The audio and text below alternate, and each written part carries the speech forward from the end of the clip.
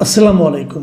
প্রিয় দর্শক, সরকার আওয়ামী লীগের সকল ধরনের রাজনৈতিক কর্মকাণ্ডের উপর নিষেধাজ্ঞা আরোপ করেছে এবং এই নিষেধাজ্ঞা চলবে ততদিন যতদিন না আওয়ামী লীগের দুর্নীতিপরায়ণ অথবা যাদের বিরুদ্ধে মামলা আছে সেদের বিরুদ্ধে মামলা সম্পন্ন না হবে এবং দলীয়ভাবে আওয়ামী লীগের যে অপরাধসমূহ সেগুলো নিয়ে বিচার শেষ না হবে ততদিন পর্যন্ত এই নিষেধাজ্ঞা চলবে।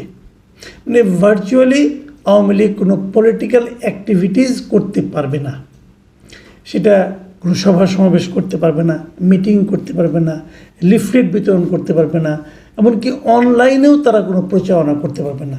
মানে সোমবার দিন যখন এই সিদ্ধান্তটা স্বরাষ্ট্র মন্ত্রণালয়ের পক্ষ থেকে প্রজ্ঞাপনটা জারি করা হয় তখন এর নানা ধরনের ব্যাখ্যা কিন্তু আমরা শুরুর দিকে শুনতে পাই এবং সেই ব্যাখ্যাগুলি আমার কাছে কিছুটা ভীতিকর, কিছুটা কনফিউজিং মনে হতে থাকে। রাতে অনেক রাত 12টার দিকে, 12টারও পরে প্রধান উপদেষ্টার প্রেস উইং থেকে একটা ব্যাখ্যাও দেওয়া হয়। আমি প্রথম দিকে যেগুলো শুনতে থাকি, বিভিন্ন পত্রপত্রিকায় রিপোর্ট হতে থাকে, সেটা একটু আপনাদেরকে পড়ে শোনাবো, একটু বোঝার চেষ্টা করবো, আপনাদেরকে ইনফর্ম করব। পরে প্রধান উপদেষ্টা প্রেস উইং থেকে যে ব্যাখ্যাটা আসছে সেটাও একটু বোঝার চেষ্টা করব। তারপরও আমি যেগুলো বুঝিনি সেগুলি নিয়ে আপনাদের সঙ্গে একটু কথা বলবো। প্রথমত আমি একটা নিউজের শিরোনাম পড়ছি। শিরোনামটা হলো ফেসবুক ইউটিউবে আওয়ামী লীগের পক্ষে কথা বললেই গ্রেপ্তার, এ ধরনের একটা শিরোনাম দিয়ে একটা রিপোর্ট ছাপা হয়েছে এবং সেখানে বলা হয়েছে যে আওয়ামী লীগের কার্যক্রম নিষিদ্ধ হওয়ার পর দলটির নেতাকর্মীদের গ্রেপ্তারের বৈধতা পেয়েছে পুলিশ। মানে পুলিশ দলটির নেতাকর্মীদেরকে এখন গ্রেপ্তার করতে পারবে। মানে এখন কোশ্চেনটা হলো, যেই মুহূর্তে আওয়ামী লীগ নিষিদ্ধ হয়ে গেল, আওয়ামী লীগের তো কোনো অ্যাক্টিভিটিস নাই, নিষিদ্ধ মানে আওয়ামী লীগের অ্যাক্টিভিটিস নাই। এখন অ্যাক্টিভিটিস না থাকার কারণে আওয়ামী লীগের একজন নেতা অথবা কর্মী উনি কোনো দলীয় কর্ম করলেন না, লিফলেট বিতরণ করলেন না, সভা সমাবেশ ডাকলেন না, কোনো মিটিং করলেন না, কিছুই করলেন না, তো তাও কি তাকে পুলিশ গ্রেফতারে বৈধতা পাবে? মানে আওয়ামী লীগের সকল নেতাকর্মী কি এই প্রজ্ঞাপনের ফলে সরাসরি রাতারাতি দাগি আসামিতে পরিণত হবে? সকল নেতাকর্মীর বিরুদ্ধে কি গ্রেপ্তারি পরোয়ানা জারি হয়ে গেল এই ঘটনার মাধ্যমে? এটা কিন্তু আমার কাছে ক্লিয়ার না। কারণ পরে যে কথাগুলি বলা হয়েছে যে এতদিন প্রশ্নের মুখে পড়ার ভয় থাকলেও এখন আর আইন প্রয়োগের ক্ষেত্রে পুলিশকে বাধার মুখে পড়তে হবে না।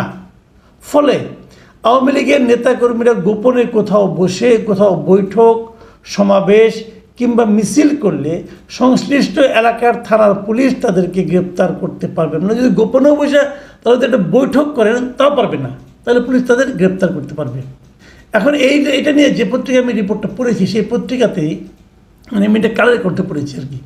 তো কালের কণ্ঠ পত্রিকার সাংবাদিক কিছু জিজ্ঞাসা করেছিল, দুজন ঊর্ধ্বতন পুলিশ কর্মকর্তাকে জানতে চেয়েছিল বিষয়টা আসলে কী মিন করে। তখন একজন পুলিশ কর্মকর্তা কালের কণ্ঠকে জানাইছে যে কেউ যদি আওয়ামী লীগের পক্ষে ফেসবুকে পোস্ট দেয়, আবার সেই পোস্টে কেউ যদি কমেন্ট করে, গুজব ছড়ায়, তাদেরও চিহ্নিত করে সাইবার সিকিউরিটি অ্যাক্টে গ্রেপ্তার করা হবে, মামলা দেওয়া হবে। তো আমার কাছে এটাও ক্লিয়ার না। কারণটা আমি বলি, ধরেন একজন আওয়ামী লীগের পক্ষে পোস্ট দিল, সেখানে আমি একটা কমেন্ট করলাম, কমেন্ট করে তাকে বললাম যে আপনার এই পোস্ট দিয়ে পক্ষে দিয়েছেন এটা ঠিক না, আওয়ামী লীগ এটা মন্দ দল, এই কথা আমি কমেন্ট করলাম। আমার কমেন্টটা কিন্তু যে পোস্ট দিয়েছে তার বিপক্ষে গিয়েছে।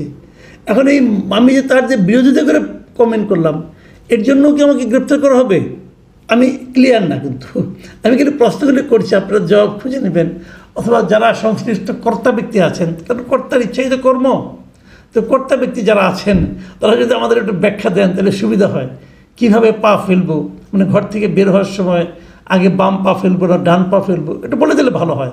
আমরা একটা অসম্ভব গণতান্ত্রিক পরিবেশের মধ্যে বাস করছি, তো এই জন্য একটু জানা দরকার আর কি। আবার এই ব্যাপারে সুপ্রিম কোর্টের একজন আইনজীবী ব্যাপার বলছেন, উনি নাম হলো আমিনুল ইসলাম, উনি কালের কণ্ঠকে বলেন সরকারের এই সিদ্ধান্তের ফলে পুলিশ আওয়ামী লীগের নেতাকর্মীদের গ্রেপ্তার করতে পারবে, মানে আর কোনো অভিযোগ অথবা থাকা লাগবে না, গ্রেপ্তারি করতে পারবে।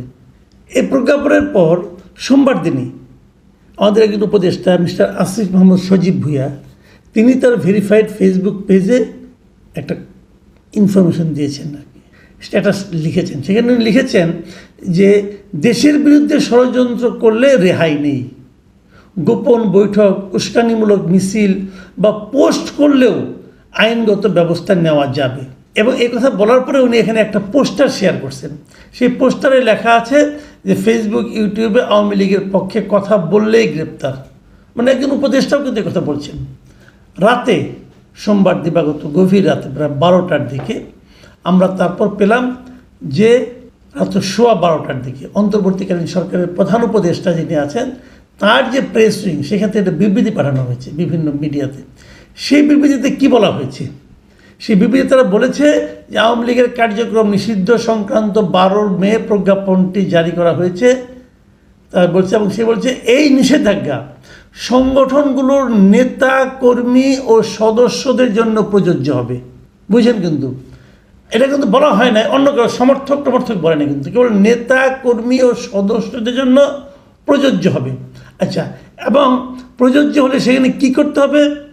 সেখানে বলা হয়েছে যে এই প্রজ্ঞাপন অনুসারে আন্তর্জাতিক অপরাধ ট্রাইব্যুনালে বিচার কার্য সম্পন্ন না হওয়া পর্যন্ত আওয়ামী লীগ এবং এর সকল অঙ্গ সংগঠন, সহযোগী সংগঠন ও ভ্রাতৃপ্রতিম সংগঠন কর্তৃক যে কোনো ধরনের প্রকাশনা, গণমাধ্যম, অনলাইন ও সামাজিক যোগাযোগ মাধ্যমে প্রচারণা, মিছিল, সভা সমাবেশ, সম্মেলন আয়োজন সহ যাবতীয় কর্মকাণ্ড নিষিদ্ধ ঘোষণা করা হয়েছে। এটা কিন্তু আমার কাছে একটু ক্লিয়ার মনে হলো। পরে আবার বলতেছেন যে এই প্রজ্ঞাপন অন্য কোনো রাজনৈতিক দল বা মুক্ত মতের মানুষের মত প্রকাশের স্বাধীনতাকে ক্ষুণ্ণ করে না। মানে এই যে দলগুলোর নেতাকর্মী ও সদস্য না হলে অন্য কেউ যদি কিছু একটা বলে সেটা নিয়ে কোনো আলোচনা নাই। তাহলে সজীব ভুঁইয়া সাহেব যে বললেন যে যদি কেউ ফেসবুক ইউটিউবে কথা বলে এবং তারা যদি এই দলের সদস্য না হয় তাহলে তাদের জন্য কি এটা প্রযোজ্য হবে? এই জিনিসটা কিন্তু এটা পরে মনে হচ্ছে না। এবং সেখানে আরও বলা হয়েছে যে আওয়ামী লীগ এর কোনো কর্মকাণ্ড দলটি সম্পর্কে সরকারের গৃহীত পদক্ষেপের যৌক্তিক, গঠনমূলক বা আইনানুগ বিশ্লেষণ বা মতামত প্রদান এই প্রজ্ঞাপনের মাধ্যমে খর্ব করা হয়নি। তার মানে এই আওয়ামী লীগ সম্পর্কে সরকারের যে গৃহীত বিভিন্ন পদক্ষেপ, এই পদক্ষেপের যদি আপনি যৌক্তিক, গঠনমূলক বা আইনানুগ বিশ্লেষণ করেন তাহলে আপনি করতে পারবেন।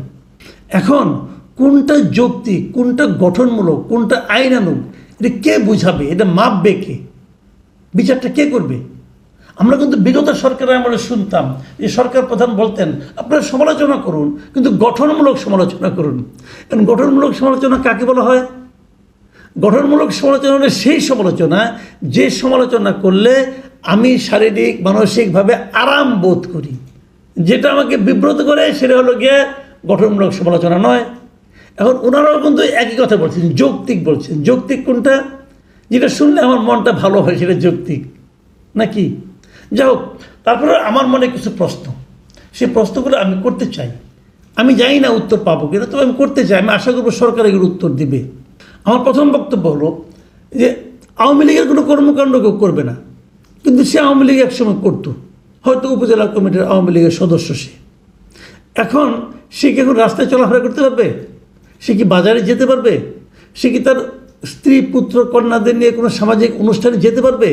নাকি গেলে তাকে এখানে মব ভায়োলেন্সের শিকার হতে হবে এবং তাকে কেউ চট থাপড় মারলে কোনো বিচার হবে না?